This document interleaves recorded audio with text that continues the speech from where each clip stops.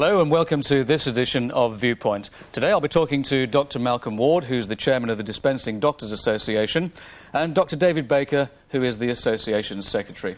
First of all, Dr. Ward, the Dispensing Doctors Association, I would imagine most GPs and other doctors would know about it already, but is that right? I would hope so. Basically, the Dispensing Doctors Association has been around for about 15 years, and we represent the interests of dispensing doctors and their patients. There are about 4,400 dispensing GPs in the UK, and about 2,000 of those are actually members of our association, and would like to see all those GPs become members.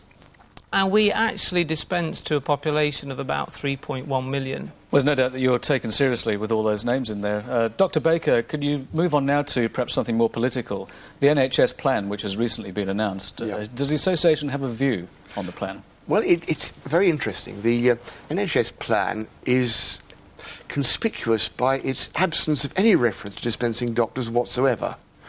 The thing that concerns the association is the somewhat veiled attack on the single-handed doctor, and quite a lot of our members are single-handed, or certainly in small practices.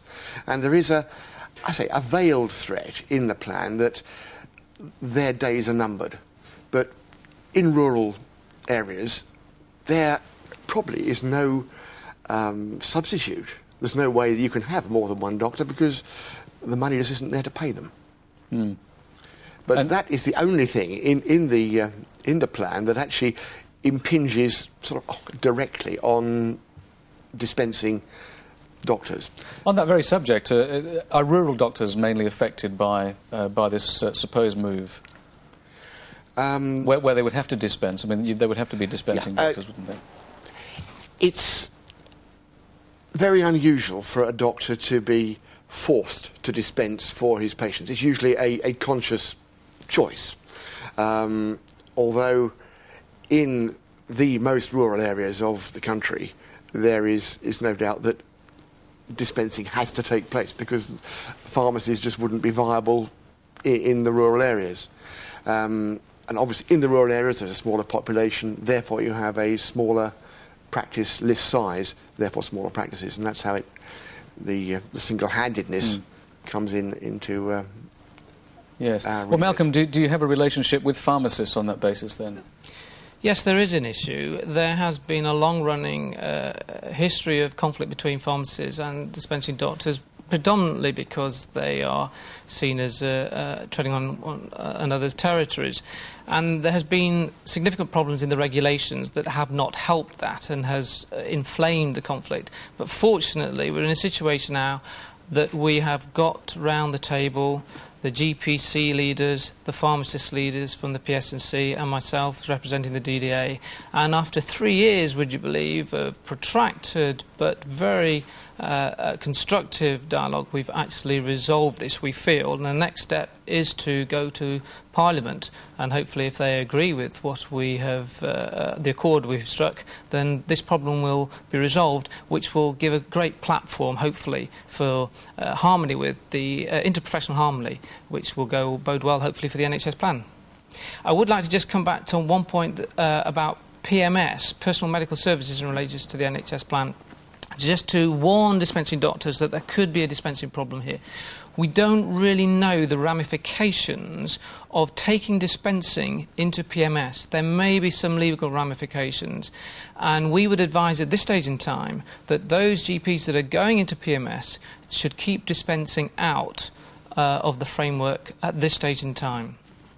Well, David, moving on from there to price regulation of generics, does the association take a view of that? Yes, we do.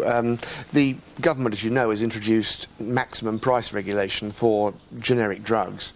And whereas we think all the problems have been covered, we would like to know from dispensing doctors if they have problems being unable to obtain drugs at the maximum price or less. If they're having to pay more, then we want to know about it so we can take it up with government. Yeah. Malcolm, what about PCGs and PCTs? Interesting. Basically, what PCTs and PCGs, certainly PCGs, has done is to produce pressure to produce conformity. prescribing patterns have varied widely, as have referral patterns. And what seems to be emerging is that through the use of the PCG interventions of getting doctors around, looking at prescribing policies, coming up with treatment protocols, that we're getting a more stereotyped and stabilised prescribing behaviour. I mean, up till now, most of it has been evolved, I suspect, really around cost control. But with the arrival of the National Service Frameworks, particularly with regard to cardiovascular disease, I think there will be some pressures actually to push budgets up, because certainly if you look at things like the lipid-lowering drugs, the cholesterol-lowering drugs, these are very extensive items, and under the NSF framework, they're quite stringent, and most doctors, I suspect, are under-treating. Well, that leads on to pricing very, very briefly. Is pricing where it is now acceptable? Well, it will remain to be seen with regard to the generic problem. It certainly looks a lot better, and we hope that we're not going to have the Category D crisis that we had in the past.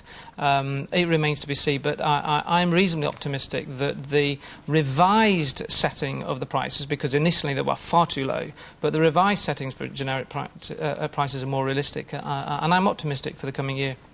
Dr. Malcolm Ward, Dr. David Baker, thank you very much for joining us today. That was Viewpoint. Thanks for watching.